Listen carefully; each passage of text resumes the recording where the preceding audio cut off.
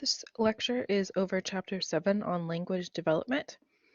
So the first thing we're going to talk about is the formal characteristics of language. So basically what makes up our language. So the first thing is phonology. So these are just the basic sounds of language, which are called phonemes.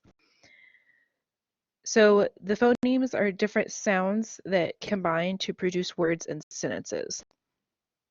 So, for example, the A in the word mat and mate are two different phonemes because they sound different.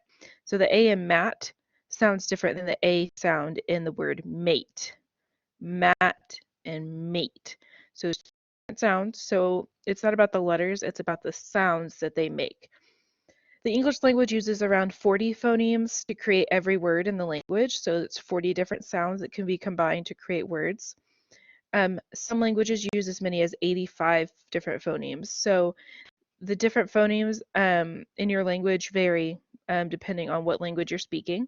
So like I said, in English we only have 40 different sounds, but in some languages they have a lot more. And what's really interesting is that we learn these as infants, and infants really young can tell the difference between different sounds that aren't in their language, but they start to learn which sounds are important for their language, so then eventually they can speak that language. Okay, so that's phonemes. So again, that's the sounds that can be used combined to produce words. Then we have morphemes. Morphemes are the smallest language unit that has meaning. So this could be a complete word or add information necessary for interpreting a word, such as endings like s or ed for plural or past tense. So for morphemes, if I have the word guitar, that would be one morpheme. If I do guitarist, now we have two morphemes because the word guitar is one, and that the ending ist is the second morpheme because it gives you information that now you know whoever I'm talking about plays the guitar. Same if I said guitars. This is also two morphemes because the word guitar is one, and then the ending s gives you information that there's more than one guitar. So that's also a morpheme. So that's one morpheme, which is the word guitar. Guitarist and guitars both have two morphemes. So it either makes it plural, it gives you some kind of information, something like that that is added on to the end of the word. Okay, so that's morphemes. So semantics are rules that govern the meaning of words and sentences. And as children age, they're able to practice better semantics. So it's something they learn as they age through school and experience. Okay, so on this chart here from your textbook, what this is showing you is that the comprehension of language actually precedes production of language. So what that means is that a child can understand words and sentences before they are even able to produce the full sentence themselves. So for example, if you tell a child, you need to hang your backpack up on the hook, they would be able to understand you and do it, but depending on their age, they may not be able to repeat that sentence back to you, even though they can understand what you're saying and are able to follow the direction. Infants' comprehension of new words expands really quickly. It's at a rate of 22 new words per day, while comprehension increases at a rate of 9 new words per month.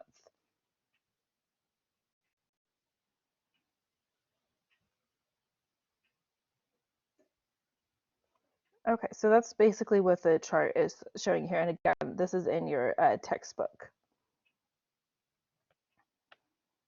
Okay, so now let's talk about the development of language. So one term that's not on this slide is pre-linguistic communication.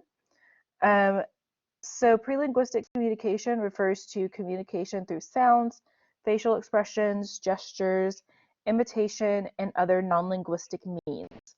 So basically, this is where infants are at. They don't have words yet, they can't speak, but they still communicate. So they still have a form of language. Now, most people, especially if you've never been around an infant, would think that you don't have language until you're able to talk, but that's not true. So they just have pre-linguistic language. Um, they can do things like babble, they gesture, babies laugh, they have different facial expressions. All those things are language. So babies do make sounds. They respond to us when we make sounds at them. And this actually teaches them the basics of conversation. So whenever they make a sound and you respond, they are learning that when someone says something, the other person responds, and then you wait for them to finish talking, and then you respond. So you can see this in babbling. In the example, I post this video in your supplemental folder. You may have seen it before because it was a viral video. It's a really cute example of babbling and learning conversation from a really young age. But babbling is just making phoneme sounds. So this is different than just cooing. Cooing is just making noises that have really no meaning. Babbling is actually where they start to produce different phoneme sounds that are relevant to their language. You see this across all cultures, it's universal. And it begins with easy sounds. So like for us in English, it would be like the b or the p sound you would hear often, and then eventually it gets more complex. So like the d and the t sound, it gets more complex as they are growing. And then by 6 months of age, the babbling differs according to the language in which the infant is exposed. So I'm going to post a video about this as well because it's so interesting. So before 6 months, babies are basically what they call a citizen of the world, where they can not necessarily understand because they don't speak languages yet, but they can recognize sounds from other languages that us as adults wouldn't be able to recognize because they sound very similar. So they can recognize changes in phonemes that we would not be able to recognize from other languages. But then babies are learning constantly. We know this. So they're learning from their environment all the time. So whatever language you are speaking to them, that's the language that they're going to focus on. And eventually those are the sounds that they're going to make. And then unless you're teaching them a second language at the same time, they will only learn English or Spanish or whatever language it is that is being spoken at home, and they'll forget those other sounds.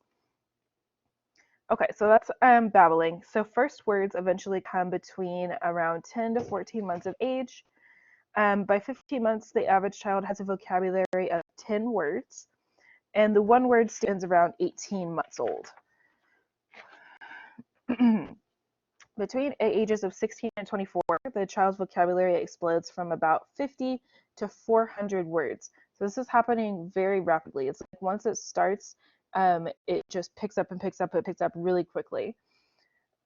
First words typically label objects or people regularly present in the baby's life. So that's why it tends to be mama, dada.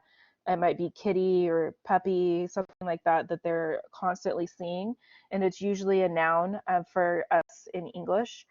There are cultural differences in this, where, for example, Chinese Mandarin speaking infants are more likely to use verbs as their first words instead of nouns. First words are typically hollow phrases, which are hollow phrases are one-word utterances that depend on the particular context in which they are used to determine meaning. So, for example, a child might say "mama," and so remember, they're in the one-word phrase stage, so they can only say one word at a time. So, if all they're saying is "mama," that can mean a lot of different things. It could mean "mom, pick me up," or "where is mom?" or "mom, I'm hungry." Um, "Mom, I want this toy." It could mean endless amounts of things. So you have to use your context clues to try to figure out what the child is actually saying. So, for example, if they're saying "mama" and they're holding their hands out to you, that probably means they want to be picked up. If they're saying "mama" and they're pointing at a toy, then that probably means they want that toy. So again, hollow phrases are one-word utterances that depend on the particular context in which they are used to determine the meaning. Okay, so first sentences are then formed around 18 months old. This is, of course, where they start to link their words together to create simple sentences that convey a single thought. So this advance allows children to label and indicate relations between things in the world. So most of their early sentences are observations about events occurring in their immediate environment. So again, it's probably going to have something to do with mom, dad, the pets that are at home, food, brother, sister, those kinds of things that are around. So with telegraphic speech, this is a linguistic inaccuracy that you see at this stage, where words that are not critical to the message that's trying to be conveyed are left out of the sentence. So instead of saying the complete sentence, I want to eat cake, a child at this stage might say simply eat cake. So that's a simple sentence because now we've moved on from hollow phrases and just the one word utterances. We're able to use more than one word now, but we're still not saying just complete sentences yet. So you still kind of have to use some clues here and there. But basically, they're leaving out words that aren't really important to convey what they're trying to get at. So with telegraphic speech, you often see underextension and overextension used. Underextension is using words too restrictively. So if they have a blanket that they like, they might call it blankie. And whenever they say blankie, it only refers to that specific blanket, but not to all blankets. So that's using the word too restrictively. With overextension, it's the opposite. So that's where you use the word too broadly. So again, if you say kitty, refers to all four-legged animals, not just kittens. So if the child sees a dog, they might also call it kitty, or a rabbit, they might also call it kitty. So you see how that's using that word then too broadly. So those are some common inaccuracies that you will see at this stage as well. Okay, on to preschool years. So language blooms pretty rapidly between the ages of 2 and 3. Their sentence length doubles, their syntax doubles each month. And with syntax just means the number of ways that they can combine words to form sentences. They learn new words at a rate of nearly one new word every 2 hours. They're able to do this with a concept called fast mapping, which is where new words are associated with their meanings after only a brief encounter. So basically, they're just learning really fast, and they don't need to encounter words um, very often in order to learn that new word and what it means. By age 3, they use plurals and possessive forms of nouns. And this actually extends to words that they've never even encountered before. So this is showing that they understand when to use a plural, what it means, and they also understand possessives. So that's the picture I have here, and this is also talked about in your textbook. So if you showed this to a child, a preschool child, and said, this is a wug, with a made-up word, and then ask them to complete the sentence that says, now there is another one, there are two of them, there are two blank. The child would be, and preschool would be able to fill in the blank with the correct answer, which would be wugs, plural, because they understand that even though they don't know what wug is, it's a made-up word, they've never heard it before, they understand that when there's more than one, that becomes plural. Okay, so with grammar, preschoolers are correct in their grammar 90% of the time, which is pretty amazing for only 2 to 3 years old. So they know that saying I am sitting is correct, but for example, they would be able to say that saying I am knowing, even though it's similar to the sentence I am sitting, I am knowing is not correct. So they can tell the difference between those small things. With pragmatics, this is the kind of like rules of language as well. It relates to communicating effectively and appropriately with others. So it includes things like taking turn in conversation, staying on topic, includes saying thank you, those kinds of things. So their abilities are growing at this stage. So with really young kids, if they receive a gift that they don't necessarily like, they most likely will let you know. They either get upset or say they don't like it. But once they start to learn pragmatics, they understand that it's appropriate to just say thank you, even if you don't like it. They understand that if you're to a friend, you should listen while they're speaking, and then whenever they're done talking, that's when you can respond, and that you shouldn't change the subject to something that you want to talk about, but continue what they're talking about first before you switch the subject. Okay, and then the last topic was private and social speech. So at this stage, 20 to 60% of what children say is private speech. And this just means that even though they're talking out loud, they don't intend for anyone else to hear it. Social speech is intended to be heard. So we talked in the cognitive development chapter about how kids talk to themselves out loud a lot because of that egocentrism. So even if they're talking out loud, that doesn't necessarily mean that they're intending other people to listen. So it's a difference between talking to yourself and talking to someone, basically. So again, 20 to 60% of what children say is private speech. Vygotsky actually believed that private speech facilitates children speaking and helps them to control their behavior. So think about this in yourself. Whenever you're trying to calm yourself down or talk yourself up, you maybe talk to yourself and say like, you've got this or something like that. So it's the same with kids. That's Vygotsky's view of it. Whereas again, Piaget might say that it's more egocentric because they're not considering the other people in the room. Social speech begins during the preschool years. Again, this is where they are intending for other people to listen, and they become frustrated when they are not understood. So this is where they begin to adapt their speech to others. So they start to learn how to communicate better to get what they're wanting and to let people understand what they're trying to say.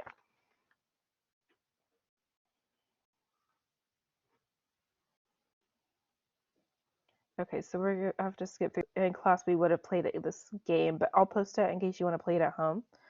But for now, we are going to skip ahead.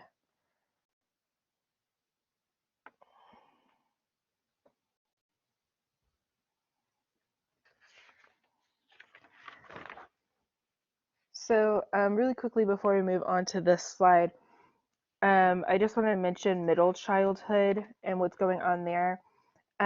Basically, vocabulary just continues to increase during those years. Of course, now in middle childhood, they're in school, so they're starting to master grammar, pronunciation. They're basically just getting better at all of the things that we've just been talking about. So now I want to talk about infant-directed speech. So this is a style of speech that characterizes most of the verbal communication directed toward infants. So if you ever been around children, you've probably done this where basically you just raise your voice, you talk in a really happy tone. You even probably do this if you have pets as well, the way that you talk to them is probably like that. People tend to change their facial expressions, and they don't say like full complete sentences. They focus on simple words or phrases, and they draw out sounds that are important in the language that you speak at home. This is how infants actually learn which sounds or phonemes are important for them to learn for their language.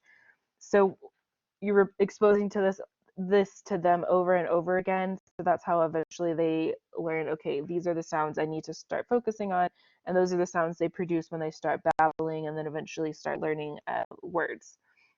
And again, this happens all over the world in every culture. Okay, this chart is also from your textbook on the relationship between language development and poverty. So the language that children hear at home definitely influences their language development, like I just discussed. So there was some research cited in your book on the poverty on language. An economic level was a significant factor in the amount of parental interactions, time spent in interactions, and types of language children were exposed to, and the kind of language that children used. So on this chart here, you can see green refers to the lowest economic status that was measured. Orange is for working parents, and then blue would be for high income. And then down here you have the number of words addressed to the child per hour of life and the age of the child. So for the youngest age range here that's measured. Um, for the lowest income, it's just a little over 500. You can see for working parents, it's around 1,000, and it's almost 1,500 for the highest level of income reported. So basically what this is showing you is that the higher in SES status you are, the more time you're spending with your child and the more time you're spending talking to your child. So that directly relates to then the child's language development. If the child is not being spoken to, then they're not learning language, which means they're not going to be able to produce language. So that's what this chart is trying to show you here. Language exposure was also linked to IQ test performance in children as young as 3 years old. Reasons for this correlation between the income and frequency of children being spoken to may include that more of parents may spend more time with their children and have more flexible work hours. They also may be less stressed in the house, exhausted. So if you have to work several jobs and then you come home, you're probably not spending as much time with your child when you are at home as you would if you were working a lot, but you come home to a clean house or someone who already purchased dinner or something like that. So definitely, there is a lot of evidence that your income level and poverty impact children's general cognitive development and behavior. And the longer that children live in poverty, the more severe the effects. They have greater limitations in educational resources and less psychological support from their parents and their family members.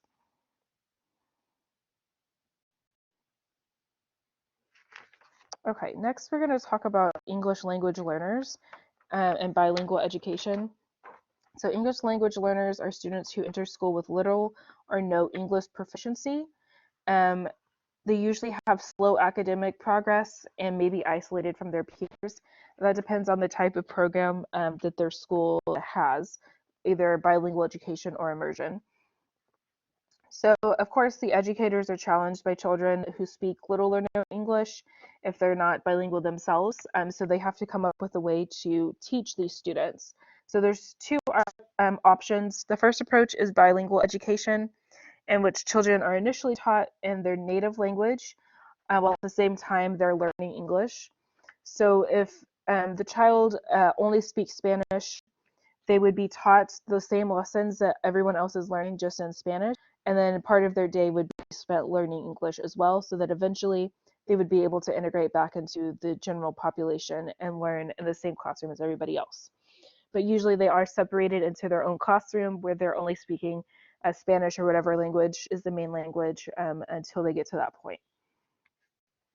The second approach is immersion, which is where you immerse students in English only education, basically meaning that you just put them in the same classroom with everyone else that's only speaking English, and they just kind of have to figure it out and keep up. Now, kids do learn language the easiest. So compared to adults, they can learn language very quickly. However, bilingual education is usually the best option. Immersion is going to be putting the children really behind. They're not going to know what's going on, and then by the time that they do catch up, it's probably too late. So the bilingual education, even though it may cause some separation from peers, is usually the best option. And I'll post this video for you to watch too of an example of bilingual education. Okay, the last topic is how does proficiency in language actually come about? So there are a couple different theories listed in your book. The first one is the language theory approach, which says that language acquisition follows the basic laws of reinforcement and conditioning. So children are rewarded for making sounds approximate to speech. Through the process of shaping, children's language becomes more and more similar to adult speech. So this is basically just our behavior theories where whenever a child makes sounds or starts to say words, parents get really excited, which is a reward child, so then they keep doing it until their speech sounds more and more adult-like. So that kind of makes sense. However, this doesn't this doesn't explain how children learn to speak properly and use correct grammar. because we praise them whether their speech is correct or not. So that doesn't explain how eventually children learn grammar even before they're in kindergarten. It also doesn't explain how children produce new phrases or sentences, um, or how they're able to solve the WUG example. Because again, we're not in this theory. It's not they're not being taught. It's just that anything they happen is being rewarded or punished. So then the alternative theory is the nativist approach, which proposes that a genetically determined innate mechanism directs language development. So basically, that humans are wired with a language acquisition device, something that would be in our brains that helps us to understand and produce language. So there have been some findings that found a specific gene related to speech production, which partly supports this theory that as humans, there's just something in our genetics that allows us to understand and produce language. And some of the things that we talked about that we see across cultures also support that, like infant-directed speech and babbling and those kinds of things. But some critics of this theory argue that since primates can be taught to talk, the uniqueness of human linguistic capacity is then called into question.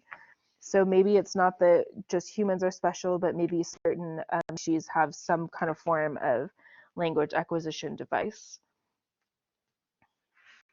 You also have to account for social experience here as well. It's not all just genetics. So if you had a human who is taking this theory into account, if we are assuming that all humans are genetically pre-programmed to learn and produce language no matter what, um, if you test that theory by having a human who grows up in isolation where they're never spoken to, they never hear a word, they're not going language. So you can see examples of this in children who have grown up like in the wild or locked away. They don't speak. They don't know how to talk. They never learn it. So that definitely does not support the theory that then we would just be able to learn it no matter what. The other way to look at it is no matter how much you talk to your dog or cat, they're never going to produce language. So that really shows that you have to have both. It's partly genetics, but also partly your environment. So that's basically the interactionist perspective, is that you have to have both. So it's a combination of genetically determined predispositions and your environment that you grew up in. Okay, and then the last thing is how are language and thought related? So the linguistic relativity hypothesis says that language shapes and may determine the way that people of a given culture perceive and understand the world. So this suggests that language provides categories that help children construct their perception of people and events. So this may be partly true. If you speak another language, you know that some languages, their words are either male or female, so they're gendered, which also affects the way that people who speak that language perceive different things. So if in your language, the word bridge is feminine, then you tend to view bridges as you might describe a bridge as beautiful versus someone who in their language bridge is masculine. They might describe a bridge as more dangerous or something like that. So that definitely does show that there's some difference in how your language forms your thoughts, basically. However, there's another side of it that critics who argue that language could cause particular thoughts, but it's also possible that thoughts produce specific language. And that view of thinking shapes language is consistent with the Piaget views of development. So advances of sophistication of thinking permit language development. So basically saying that as your brain matures, you're able to then produce higher levels of language development, and it can't be the other way around. But the kind of in the middle theory is that they both influence each other. So again, this is another interactionist perspective. So usually people would support this one where it's probably goes both ways. Language can influence your thoughts and thoughts can influence your language.